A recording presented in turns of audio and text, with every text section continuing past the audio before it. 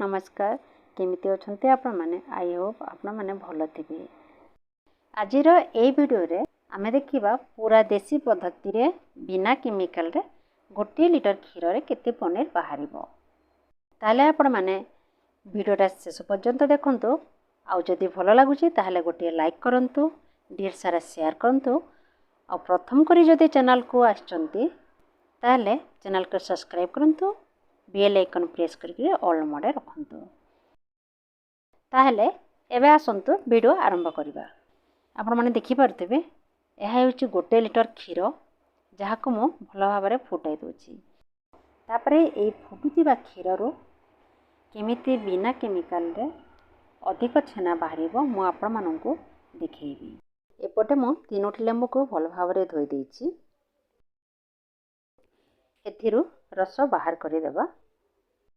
एठिरु हमकु 3 चामच लेंबू रस दरकार। आपण माने देखि पारुथिबे 2टी लेंबू रस एतिकी बाहरिची। एठारे मु आउ फाले लेंबू को चिपुडी देउची हैला। ए चिपिथिबा लेंबू रस को आमे कोन करबा ना फुटुथिबा क्षीर रे ताको पकेइबा। आपण माने देखि पारुथिबे एटा होची लेंबू रस। तो ए क्षीरटा हमर फुटुची। एठारे आमे 3 चामच लेंबू रस पकेइबा। 1 2 3। तो ये 3टी चामच लेंबू रस रे हमर क्षीर पूरा छिंडी जाए ताठू छेना पूरा भलो भाबरे बाहरी जिवो। देखि पारुथिबे आपण माने संगे संग केमिति छेनाटा बाहरी जाउची। एमिति 2 मिनिट फुटिबा को देबे।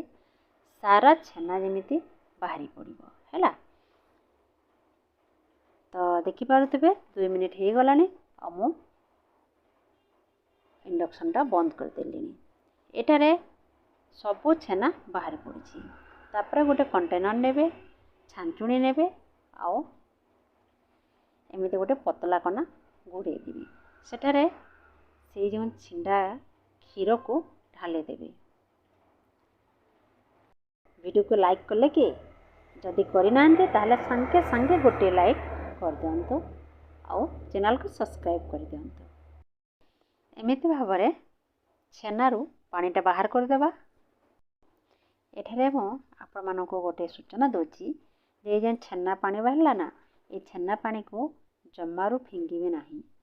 ए छेना पानी को आपण माने काचो जार रे भरि की फ्रिज रे रखि देतिबे।